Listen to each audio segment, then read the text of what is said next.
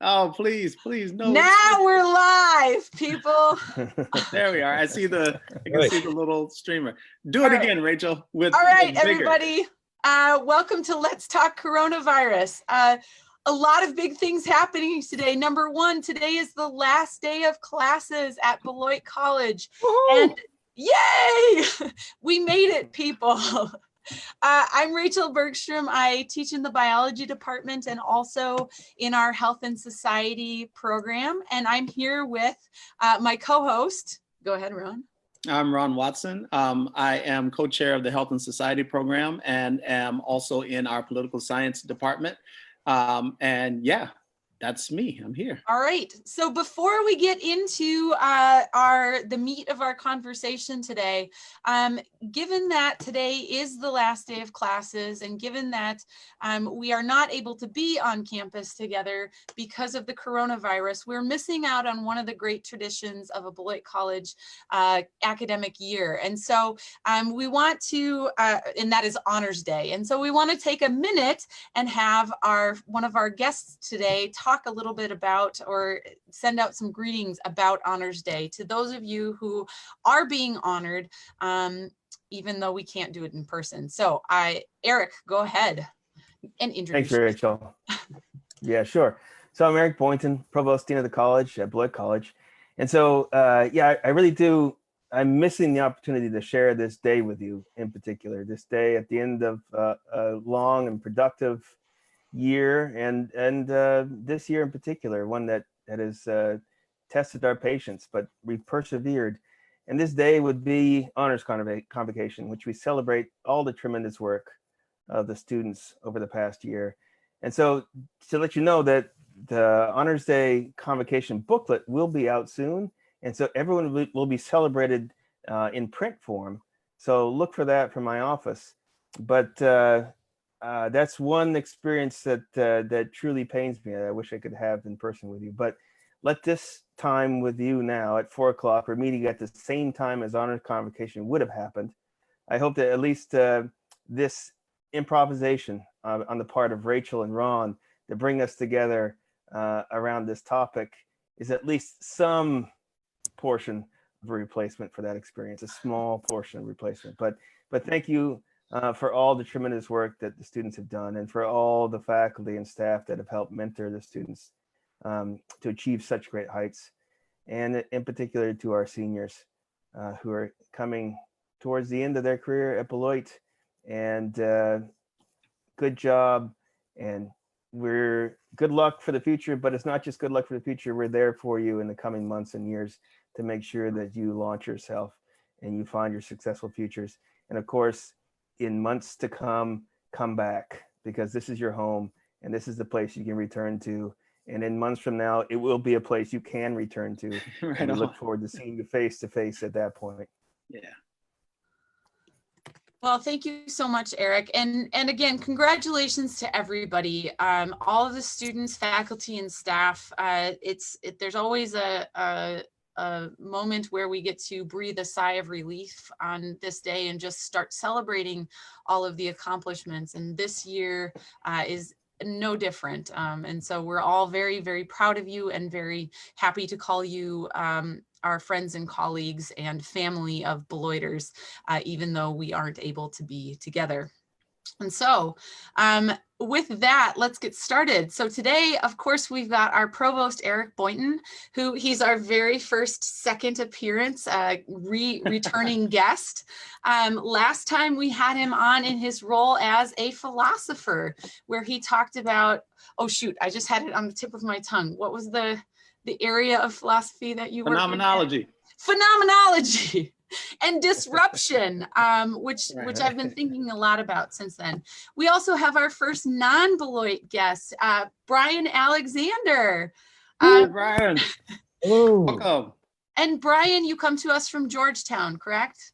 Associationally, but not physically on campus. I'm coming to you from Manassas, Northeast Virginia.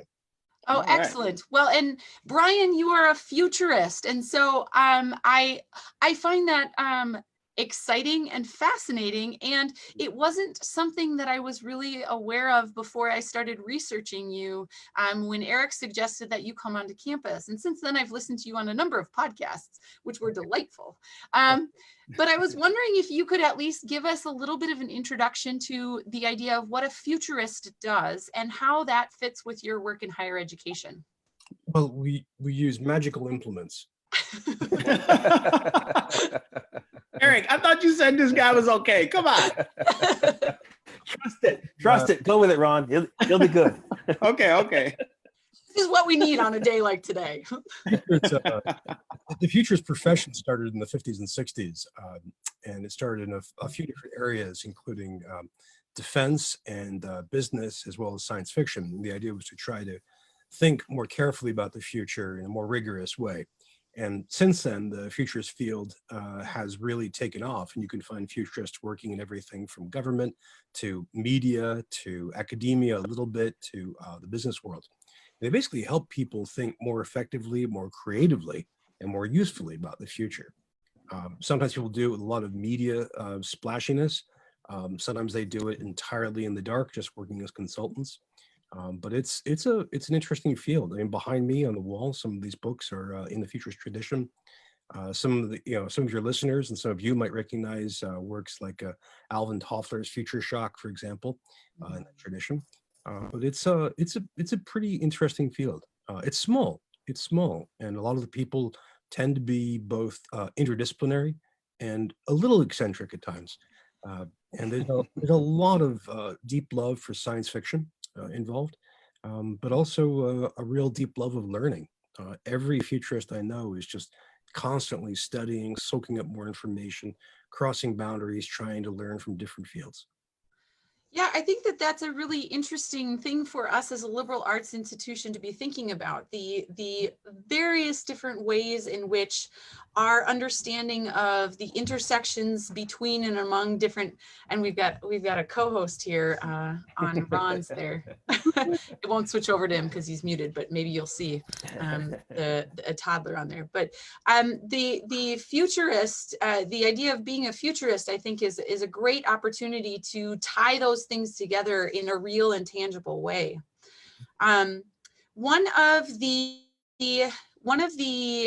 interesting things that I was thinking a lot about while I was reading through some of your work on COVID-19 was the overlap between the idea of the scenarios that you have produced about COVID-19, but also how that intersects with epidemiological modeling and statistical modeling of work. And I was wondering if you could share a little bit about how you're thinking about that type of work with COVID. How does epidemiological modeling, how do statistics and the like kind of work together for you?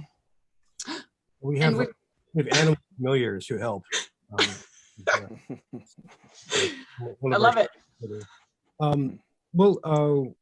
There are overlaps and there are differences. I mean, some of the modeling that's done is very quantitative or very quantitatively influenced. I mean, a very, very basic form of futures work is extrapolation. You just do a time series into the past, extend it into the future. And that's kind of like a 101 futures move to do.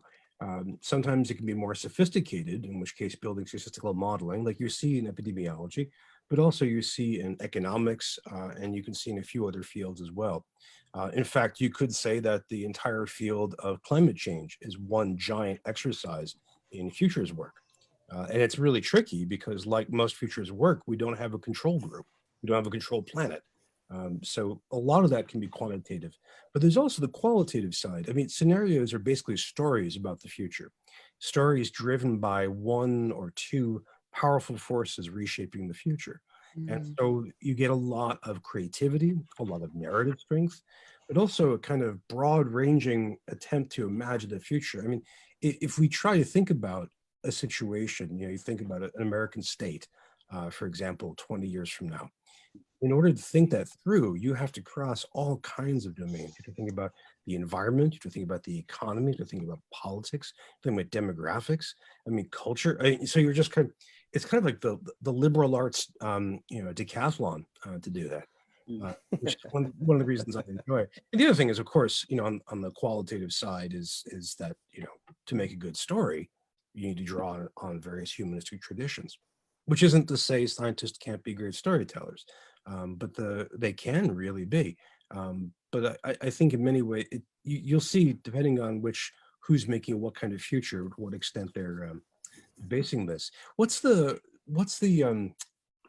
from Seattle? There's an ongoing model of predicting COVID, and is it IMHE? Is that the name of it? I don't know that off the top of my head here. HME? Let me see if I can get this right. Yes,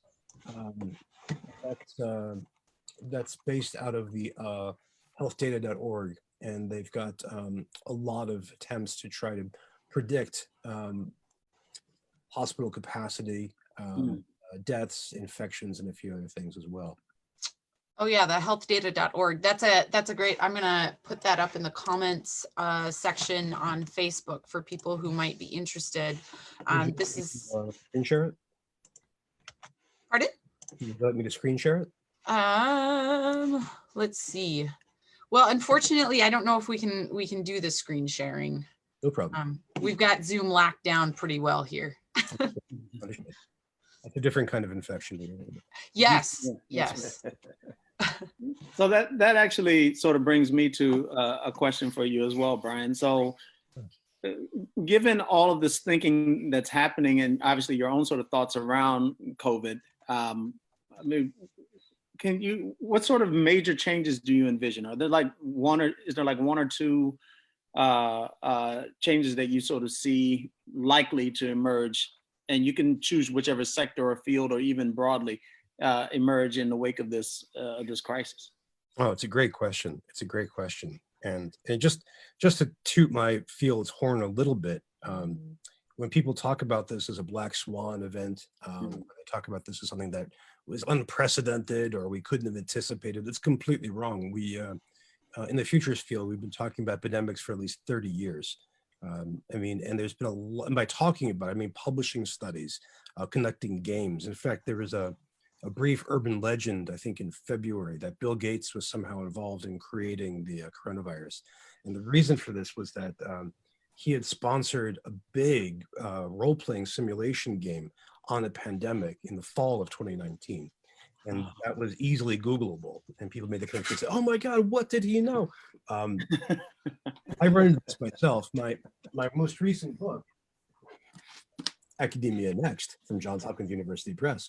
On page 23, I have this page where I say, well, imagine what happens when pandemic struck higher education. How would academia respond? So people reading that since February have been asking me things like, how much was the deal with the devil? So what have people been predicting so far? What kind of forecasts, rather? What kind of anticipations? It's interesting. I mean, part of it depends on how the pandemic itself plays out, just what the death toll is, just what the infections are, how long it goes. So, I mean, one possibility, for example, if the pandemic burns itself out fairly quickly, we could be looking at an uptick in popular support for science. Because we could have just lived through a time where various parts of the scientific world, everything from biology to epidemiology to basic health and computer modeling, have proven good. They've done good stuff in everyday life. The alternative is if this really drags on, we might see the opposite. We might see increased support for pseudoscience. So we might see, on the one hand, Alex Jones, on the other hand, Gwyneth Paltrow becoming more and more popular, more signs of faith healing, that kind of thing.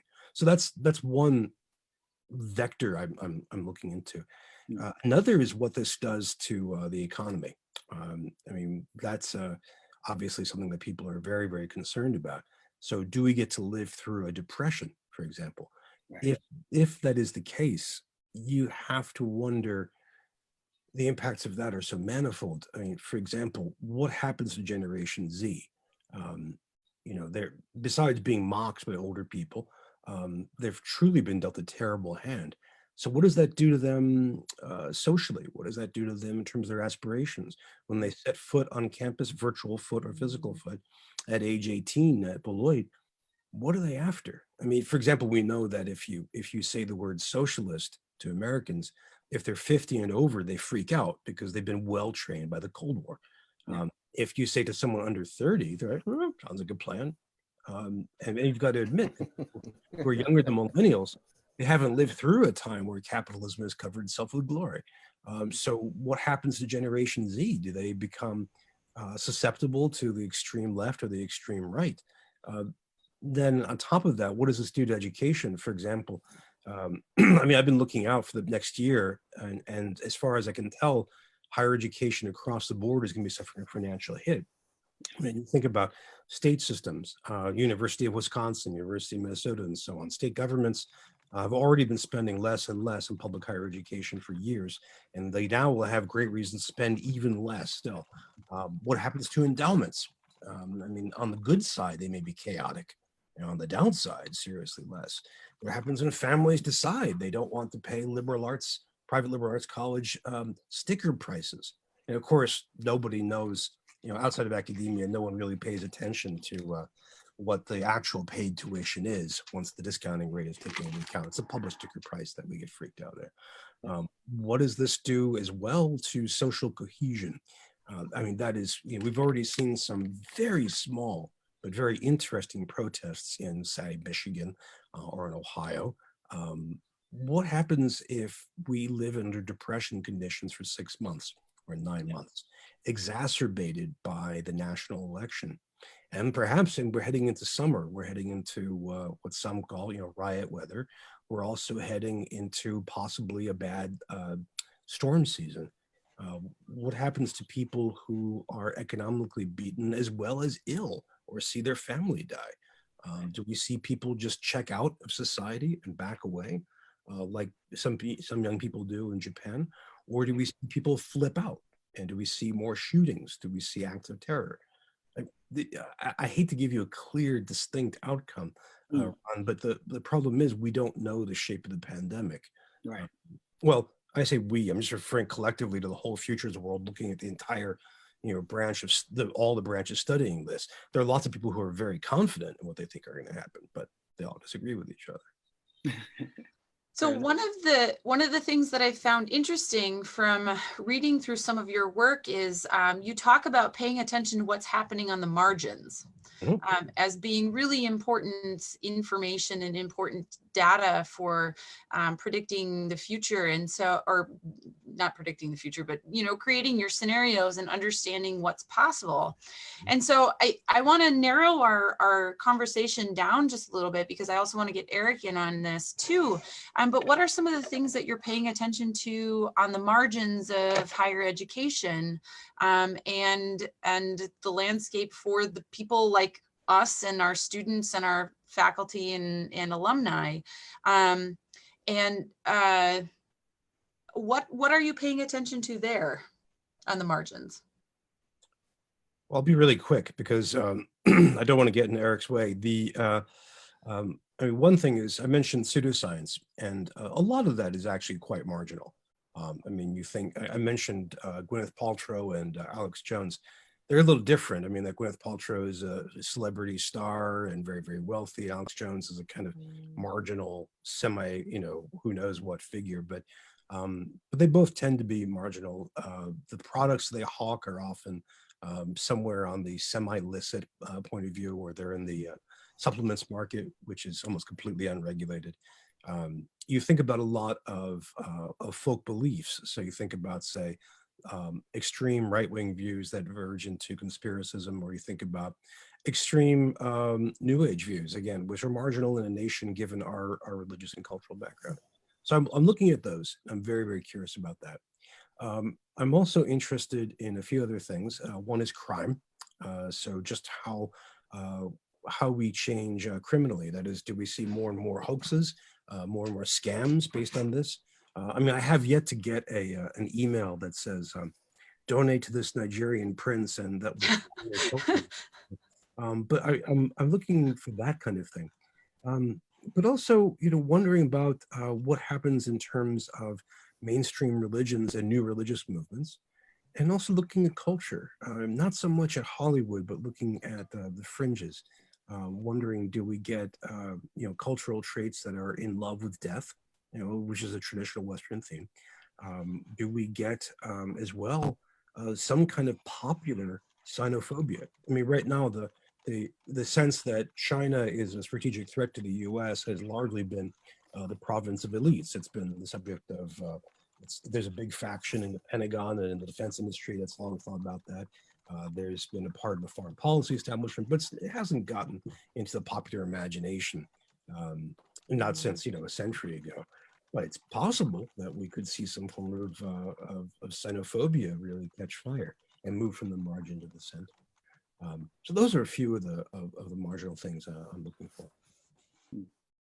So I want to sort of draw in Eric into this next question as well, but I'm going to direct it at you, Brian. So even before COVID and this whole disaster struck, I mean, it's pretty clear in reading some of what you've written that you saw a need for institutions of higher learning to adapt to survive, right? And that obviously includes with respect to climate change, which I think is a big theme now, right? So what are some of the key factors that were driving your rationale then, even before COVID hit? And then, Eric, you can feel free to respond to anything that Brian says here. Well, I'll leave climate change off for right now. Okay. I want to come back to that because that's a big ecosystem of a subject by itself. I mean, going into COVID, higher education in the U.S. was running into a whole series of problems, which I've talked about and published on extensively. One is the demographic transformation of America. We know every society in the world that goes through 20th century style modernity and modernization experiences expanded lifespans, people living longer and longer, and a decrease in childbirth rates. And so that impacts higher education, and that we end up with fewer and fewer teenagers, which changes who we teach in different ways. It makes us more competitive, but also it gives us new ways of thinking about pedagogy. I mean, do we think of higher education as focused on people in their early 20s, or do we now include it, what some call the 60-year curriculum, for example? Do we devote resources towards teaching people who are senior citizens? How does that different in terms of curriculum and pedagogy? So that's one stress. Second is our finances. Our finances have been rocky since 2008 for all kinds of reasons. One of the biggest is the kind of open secret in higher education. So although our published tuition has gone higher and higher and higher generally across the board, what we actually charge has not been growing that quickly. The British magazine, The Economist, says this is how Americans do means testing. Is if you have a student from a wealthy family and they go to Beloit, they pay full freight. But if you have a student from rural Wisconsin who can barely afford to go to high school in a public space, then they pay far less. And that's how we ratchet things back and forth. But that total discount rate has been growing and growing and growing, and is past 50% in many colleges and universities. That is often seen as unsustainable. On top of that, we have the fact that the costs for operating higher education keep growing for all kinds of interesting reasons we can talk about. But the key thing is simply operating a college, teaching classes, doing research and so forth, costs more than it used to. So given all of this, it seems like higher education is kind of caught in a vice. One way we had to go out of that vice was by recruiting international students, because international students, among other virtues, tend to pay full freight. And we were doing great at that from about 2000 to about 2017. And then our rate of attracting international students stalled and has gone down, partly because of Trump administration immigration policies, and partly because of well-publicized school shootings. So again, the American higher education is just kind of caught in this vice. And then COVID hits us with a stick on top of it. So I think that gives us an interesting view of kind of the broader landscape. And Eric, I think this is a good point for you to come in and talk about the specific context of Beloit College. We're small, private, residential, liberal arts college, and we are not residential right now. But we're not immune to any of the things that Brian has described. And so in thinking about where Beloit College is and how we're positioned, what are the things that you as the provost who has all of these responsibilities, which actually I think it would be good for you to just briefly remind everybody what it is a provost does, right? And how that makes you think about what we're doing at Beloit right now.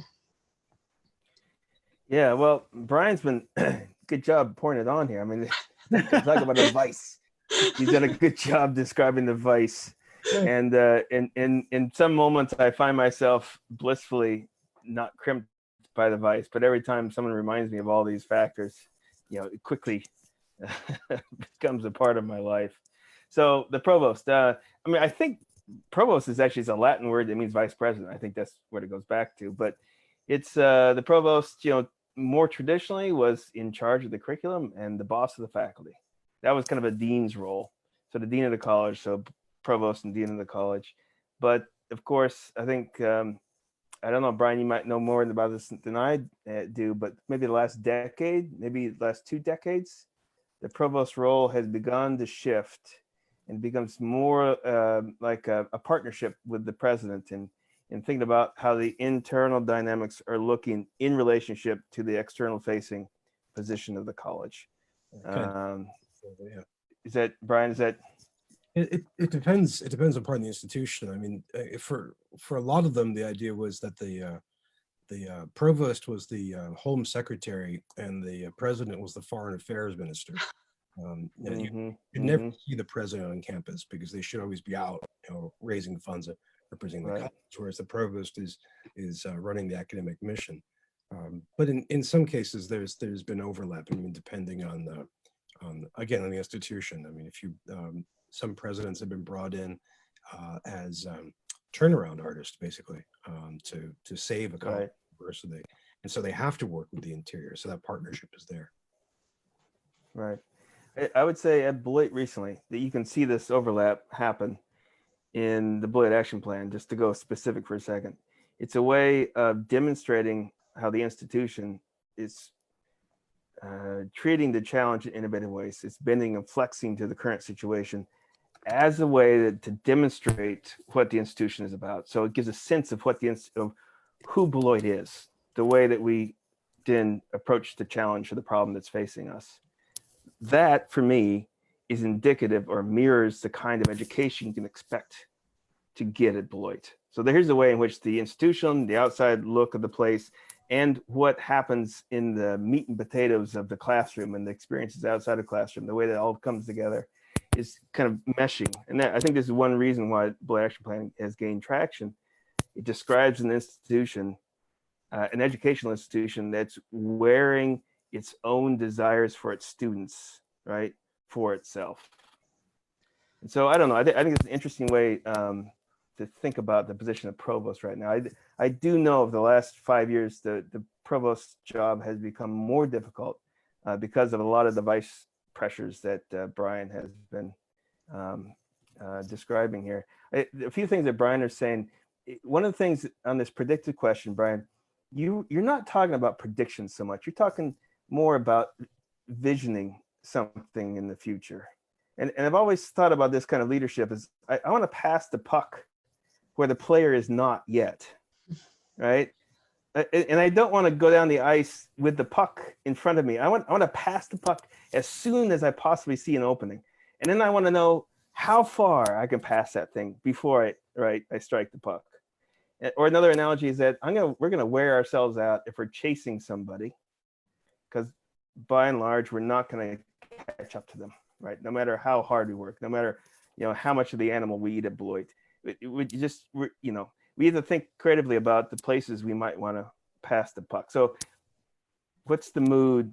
What's everything you describe as vital pressures? How does it describe how it is we should fashion an institution and how we should position ourselves? And this is not just, taking advantage of the situation. If you know who you are, you can kind of position yourself in relationship to a challenge, and it demonstrates who you are all the more. So part of when I hear you talking, Brian, it's like, what is the mood? how is it that I can properly, how is Beloit as an institution, meet the demands of the situation we find ourselves in right now as a way that it's gains traction for the future. So we don't just get stuck responding to the moment, but somehow we understand how the moment is taking us somewhere down the road. And that's kind of a philosopher's response. But I have to say that as a philosopher, you just consider stuff. In this weird position of being a provost and a philosopher, I consider stuff with the weight of the institution bearing on me. So can I interrupt you? So I guess I want to just flesh that out, see if Brian has any responses before I go into the specifics of. Okay. But Brian, yeah, Rachel, what's up? No, I mean, I was going to ask you for some specifics. Like, what does that actually look like for you? What are the things that, much like we asked Brian, what are the things in the margins that he's paying attention to? What do you include in your understanding there, or your considerations? Yeah.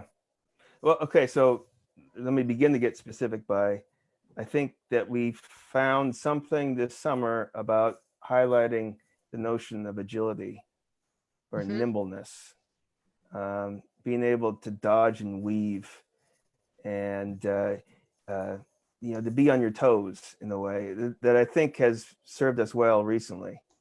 So that kind of positioning. So the modular innovation is a way that captures that. And then I also think that there's something about the current situation. Well, okay, now I'm talking like a futurist with the ball. Okay, so but there's something about a need for escape. There's something about a need for escape right now. A longing for the future, whatever the hell that is. There seems to be like a need to get out of whatever is present and to lean into what's on the horizon. I don't know. And I think that's part of what I've been trying to capture recently. And Brian, you want to say anything to that? Oh, you're muted. Sorry. One of the, no, that's really, really well said. One is that people in the futures business try to avoid using the word prediction. They prefer the word forecast. And in part, that's because older people tend to remember weather forecasts being really lousy. Weather forecasts have actually gotten really good over the past 20 years. So, maybe people can catch on to that, but it's, it's tricky to think about the future. I mean, we're predisposed to think of the future as repetition of the present. And so it's, it takes some cognitive work to get out of that. When you said escape, I actually thought about the 1930s. It's fascinating to look at American movies in the Great Depression because they almost have nothing to do with the Great Depression at all. I mean, they're lousy historically. They're fantastic for fantasy. They're great for historical epics, and lots of lots of puffery that has nothing to do with the present. That's where I thought you were going to go, and that's. We're starting to see that now, and I think we'll see more and more of that. If you look at what people are watching on Netflix, if you look at, I thought, among other things, Tiger King was fascinating as a reflection of our time, but that's not why people watch it. They watch it because it's freaking hilarious and insane. It was insane. Well, it's Florida Man, the opera, right? And they want to have that sense of escape. And I think we'll see that in other media, including computer games, which are so important and so vast, but also how we consume social media. I mean, there's the sense that, you use Instagram, for example, to find kind of lives that are beyond yours to attain. There was this hilarious New York Times piece. I don't think it was intentionally funny. About screen time is less of a boogeyman than it used to be, because we're now stuck with someone. We're forced to spend time on the screens. And there was one longtime critic of digital life, who had a conversion in which she liked. And one of the things she loved was looking at Anderson Cooper's room, because he's so rich, and she liked his taste. And I thought that's kind of fascinating, because again, that's like being in the 1930s and looking at what Hollywood can give you. It's literally escape. But in the second sense that you mean it, Eric, I see it and I don't see it. There's that sense of, well, things have cracked in the world and things are going to have to be different when they settle. So we should shape that now and make it as best as we can. And you know, that's sort of allied to the sense of never let a good crisis go to waste, right? Mm-hmm. Opposing that is the deep sense of restoration. I don't want to get political here, but this is something that you see from both the Biden and Trump campaigns. They're both explicitly about going back to the past. For Trump, it's a vision of the 1950s, maybe. For Biden, it's a vision of the 1990s and maybe, you know, the second term Obama administration. But both are desperately short on actually trying to change or invent new things. And that's why they're so comforting. That's why they appeal to so many people who want that. I think in academia, we see much the same thing. People want to protect their tenure lines as the hammer starts to come down. They want to, they now idolize face-to-face learning to a romantic level, way beyond what it deserves in many ways. But now they really want to go back to that. I mean, I don't hear people saying, when I start the fall, if we're face-to-face, I want to do something new with my lecture hall. You know, no one's saying that. They're saying, I just want to be back in the lecture hall, or I want to get back to what's comfortable, right? And get back to. Well, in your field, Rachel, I mean, I'm hearing people want to get back in the lab. They want to, what's the sample freezer? Is the -50 freezer? -80 or -20. Thank you. You know, they want to go back to that, right? Because they want to use this stuff, right? And it's completely understandable. So I think some people want to skate to where the puck's going to be, and some people just want to hold that puck one more time. Well, I had a student who said something. So I teach emerging diseases, which has just been all coronavirus all the time, Sure. Which is part of the reason why we're doing this. But yesterday was my last day of class with those students, and we had just a check-in about what students were thinking about. And this conversation is making me think of one of the students said, I don't understand, something the effect of, I don't understand, people are just trying to hope that this is going to be done, and that will cause it to be done.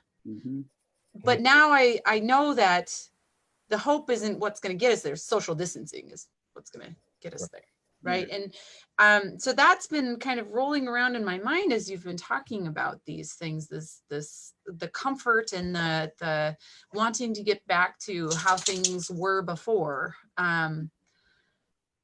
So maybe I'm going out on a limb here, then, Brian. So, like, I can give you one counterexample. So Jim Rugby, he's a geology professor at Beloit, and he's been the faculty point person on trying to weather the online storm, right? So workshops and bringing articles together and informing faculty about how they might want to teach their course in this new remote environment. Great. And I just had a meeting with him at 3:30 right before this call. And now every time we see each other, we're completely aligned around the fall 20 will look nothing like fall 19. Right on. Like the two of us just like, boom, right there. So what is that going to look like? How is it that none of us should opine for that same kind of classroom experience in 19? And not as like bemoaning the loss, but it's okay, what is the way in which I can pitch it in a way that gets our mission done possibly better than it was before? Now, our aspiration is face to face, right? Go ahead, yeah. No, I love that, but it is very, very risky. I'm hearing from a lot of people that we shouldn't even use the phrase silver linings or talk about opportunities. That to even do so is offensive. Audrey Waters was just saying that in a recent newsletter. And the argument being that is a way of trivializing the pain felt by people. And I understand. I mean, there are vultures. Vultures play a consistent role in an ecosystem. And people, I mean, there's also the model of Naomi Klein's disaster capitalism, which argues that a good shock to the system becomes a way for certain political figures to push for a kind of free market zone, as was seen in Russia after the fall of the Soviet Union, or New Orleans after Katrina. And all of that is true. I just think that given looking at the range of things in the world, not as we want it to be, but as it is, I think it's impossible to admit the possibility of improvements and of options we can take that can make life better. And I would love to see people, once we get past social distancing, once we get past the point where we can actually have people in a lab again, or clustered around the telescope in an observatory, or in a lecture hall that's crammed with people, not 6 feet apart. When we get to that point, my hope is that we actually will think about it in innovative terms. Is Beloit a Council for Independent Colleges school? I can't remember. It is a part of the CIC, yes. Yeah. The CIC did this. I'm sorry, I can't remember if you guys were part of this. CIC is huge. There's like 1,200 schools, and there's like 30 in about what I described. But they did this really interesting project of teaching upper level humanities classes in clusters of, say, 3 to 6 different colleges and universities. So they'd be taught in person and online at the same time. Fascinating project. I mean, I could talk about this forever. What was interesting was that the faculty we taught in it often described that their face-to-face class teaching changed after this, that it made them rethink quite a few things. Sometimes it'd be habits that would be carried over, like online, it's often a good habit to use somebody else's name to kind of hail them and make sure they're connected. They found themselves doing that in the classroom. Sometimes some of the exercises they did online, they found they could apply. But also, just in literary critical terms, please forgive me for using this, it defamiliarized the face-to-face classroom. It made what was unthought more thought, or what was less thought, more thinkable. It made what was assumed more clear and exciting. And so hopefully, I'm sorry, I can't remember the name of the person you met with just before this. Jim. So it may be that we follow Jim's line. I hope so. That would be great. So here's what I wondered, Brian. If you know who you are, if you know that your educational mission is to offer a transformative experience for our students, to a distance travel kind of education, that's what we're after. That hasn't changed. It hasn't changed in 174 years, probably. I think that's probably true. And it won't change in the near future. If that's what is our North Star, then if I talk about how the fall is going to look different than the fall prior because of COVID, I'm not necessarily taking advantage of the moment. I'm not pitching this as a way that I can self-style in order to take advantage of the current situation I find myself in. I'm finding a way through the current impasse that allows me to become more of who I am already. I guess that would be my defensive posture. Like, no. I'm not saying that somehow I'm belittling the suffering.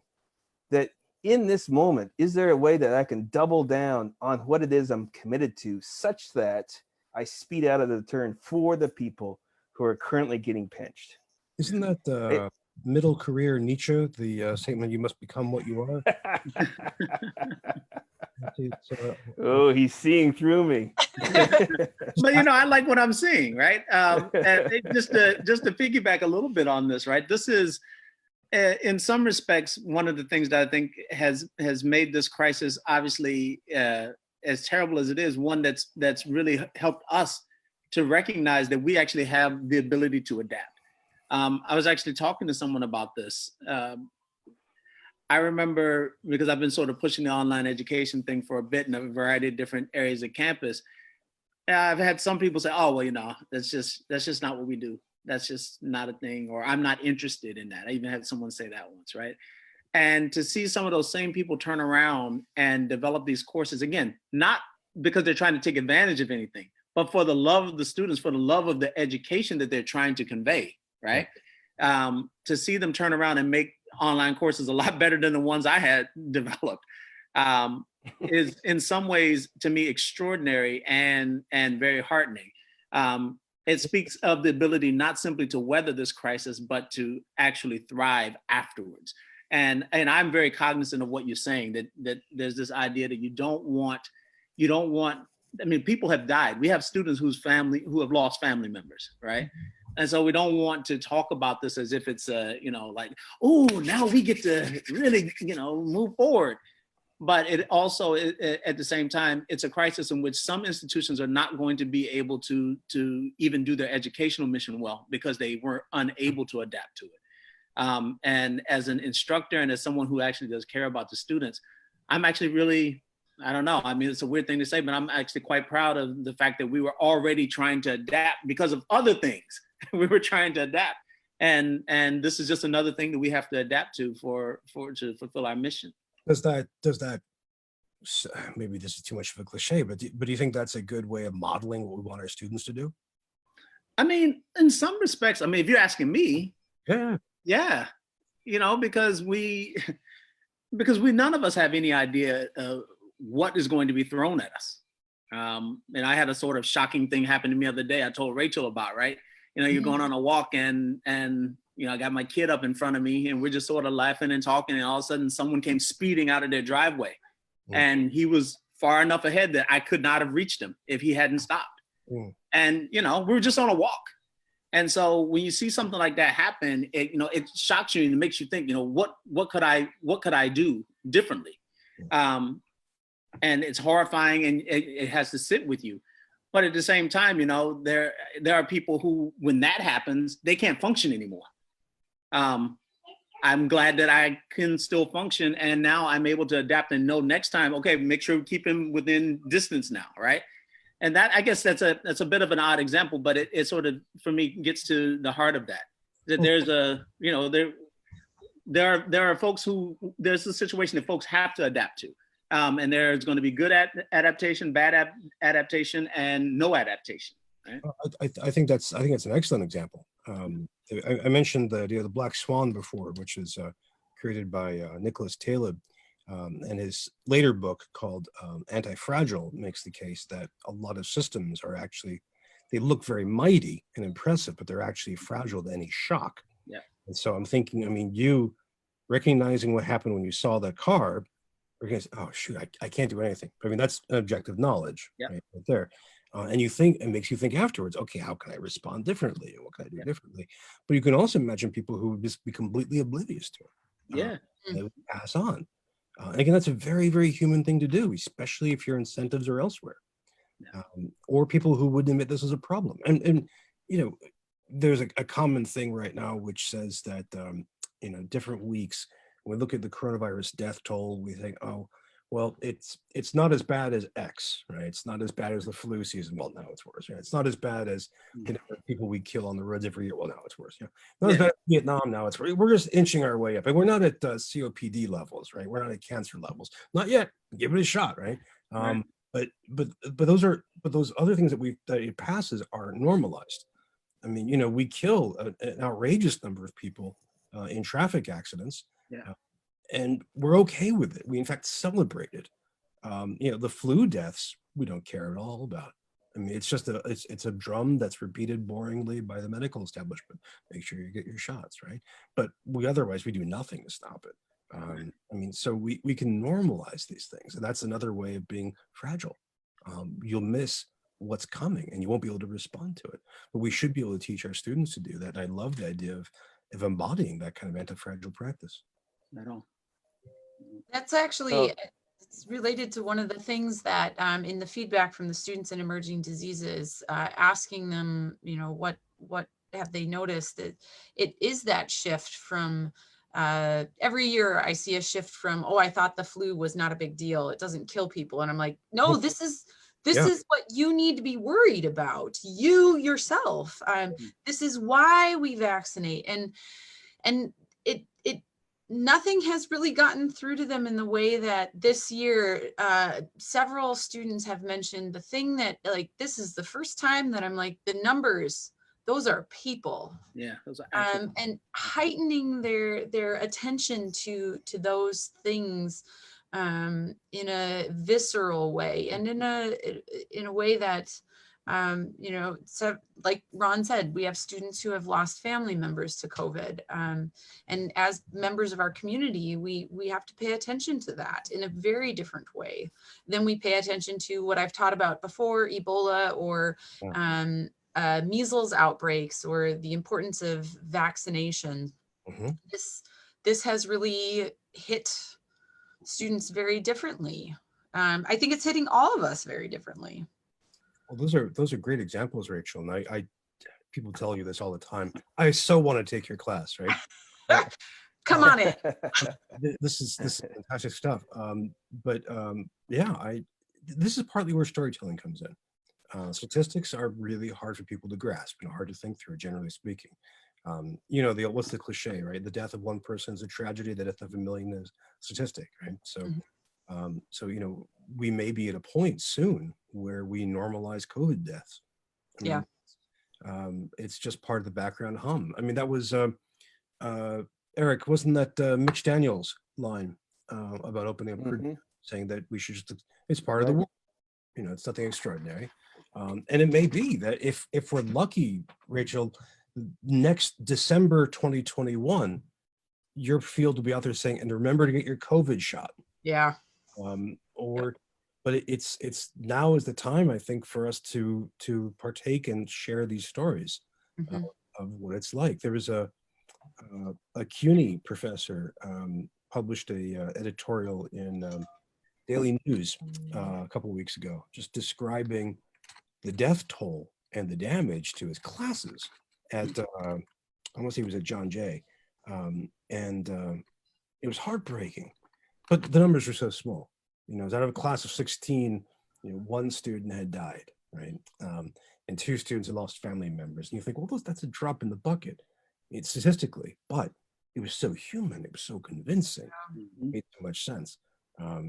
So I think in many ways, this is, you know, Ron, you asked about climate change, and I'm kind of gesturing in that way. This is, I think, one thing that academia in the United States, I wish we would do. I mean, as a futurist, I look at what is likely, what is unlikely, but every so often, what I wish we could do, and that's play a greater role in civil society. I mean, we invented the idea of the public intellectual because we came up with the idea of academics not participating in life. So when they did, we had to make a big noise about it. So we have someone like Carl or Neil deGrasse Tyson, or very, very few others. Unfortunately, in my field, Stanley Fish, you know, is single-handedly responsible for people not choosing English as a major. But the but this is a time for academia to intervene. Just yesterday, right? Yeah, Tuesday. I was doing a virtual keynote for Johns Hopkins University, and I was praising them, saying that their work is phenomenal on COVID-19. I mean, their dashboard is the best one, right? That dashboard is amazing. There is, yeah.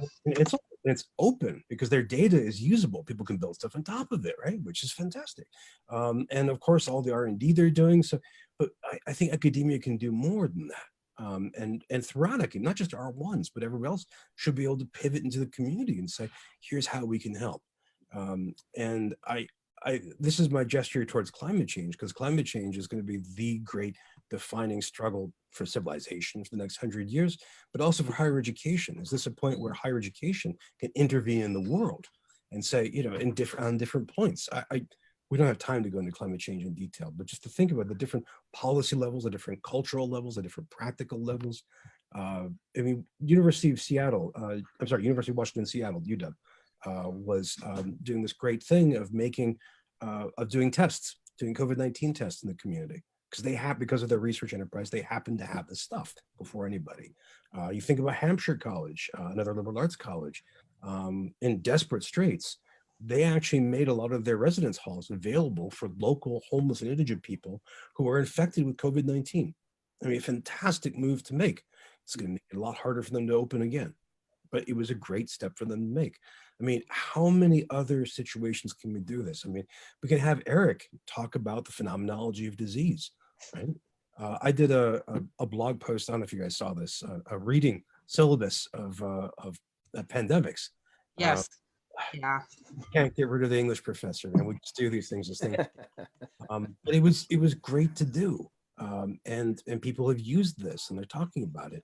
I mean, we could intervene more in the world is what I'm saying. And I hope we do. That really is, I mean, honestly, Brian, that's what Ron and I were thinking about when that's the type of thing that we were thinking about here. Like our job as faculty at a small private liberal arts community or college is not just to teach the students that we have, and it's not just to teach, but we really are built on a sense of community and a sense of people working together to learn more about the issues that we face every single day. And that's where this came from, building the community around our experience in a tangible way. And we hoped always from the beginning that being the sort of voices involved in the academy, that would also help both our students and those who are attached to them to have a sense of, okay, we're in this together and there are people thinking about this, right? And although we obviously aren't on the front lines of developing vaccines or the direct policy, just to know that we're sort of this conduit that brings this information that we've been reading and distilling, that we can bring it to other people. And that's, I mean, that is one of the best hopes. Of course, as you know, not every person in the academy agrees with you on this idea, but I am obviously on your side on this one. I mean, I think it's one of the social responsibilities that the academic world is going to have to embrace. You touched on something that we haven't talked about. The WHO, if I can cite them without getting into trouble, WHO used the phrase infodemic to describe information, disinformation, and just BS circulating about the pandemic. Well, what you're describing is a way for liberal arts college faculty to model information literacy. Yes. Picking out, is it a good idea to use Clorox internally? No. Right. But also if you were just, I mean, Rachel was just sharing on the Johns Hopkins dashboard. Okay, let's look at their dashboard next to the CDC dashboard, next to the WHO dashboard. That's actually, they're different, and thinking through that is an exercise, and so that for your students, and as you said, for those attached to them, their families, I think is. I mean, there's all kinds of ways we can struggle with the problem of information literacy, and starting with libraries. But I think you just described a really, really powerful function. Thank you. No, not at all. And we are already at 5 o'clock. So this has been fascinating, and this has been really a joy to be a part of this conversation. We're going to try and get you back, Brian. I'm just going to tell you that right now. But I wanted to make a plug for Eric and Leslie Davidson, our new VP for enrollment, Ron and I are going to be having a chat with them about the specifics of the Beloit Action Plan tomorrow on Facebook. And so we welcome everybody to join that. They'll be taking questions as we do normally in our comment feed. And so we're really looking forward to this. It's an opportunity to hear more about the thinking that's happening at Beloit College about what our future looks like. And I am excited about it. It's been really fun to see things come out about this plan and to think about what that means for our student and faculty and staff experience in the fall. And so we'll wrap it up as we normally do with a quick check-in on what are you looking forward to, what are you paying attention to, or what are you doing this week to survive the pandemic? And we'll start Ron first. Yeah, I mean, I'm continuing to read Leviathan Wakes. It's making me happy. So doing that, and yeah, just otherwise handling business with a toddler, right? Yeah, look at that. Oh, Caliban's over there. Eric, oh, I am 26 weeks out on the waiting list on the library right now for that. Oh, pain. Get it on Kindle. Oh, I didn't mean to plug Amazon, but yeah, that's it. I should just, I mean, Kevin, my spouse is reading it too, and he was like, I cannot wait for the library. I got to get the next one. So we bought it. Anyhow, so Brian, what are you looking forward to for the next week? What are you paying attention to? Oh gosh, I'm really bad at this. I'm just terrible at self-care. I mean, my solution is just like I'm like some Soviet 1930s worker, you know. So I've been hosting a lot of virtual video events and webinars, and I'm very excited by them and their topics, and also the ability to do, as you guys have been doing, to do them well. And not horribly. I've started writing a little ebook with the tentative title of Webinars That Don't Suck. And Yes! We made the list. you guys are great. But the other thing is I'm teaching a summer seminar at Georgetown on gaming and education. And I had to, initially, it was about half digital games and half tabletop games. And I've had to kind of reboot all of this because it's all online. So I'm really looking forward to actually finishing my syllabus because I now have a syllabus for a 6-year class, I think. So I've got sounds about right. Eric, you'll love. I've got Huizinga on it, and I've got Roger Calroy. Good stuff. Yeah, nice. That sounds awesome. Eric, what about you? So my self-care, like I'm looking forward to gardening. Well, I mean, planting shrubs and weeding and taking care of the yard. And as I do all that, it's always this, I can never turn my brain off completely, but it's always this opportunity for me to think about where to pass the puck next. So I'm constantly thinking about that as I get my dirt under my fingernails, which is a joy. Yeah, it really is. That sounds wonderful. I'm actually looking forward to similar things like that.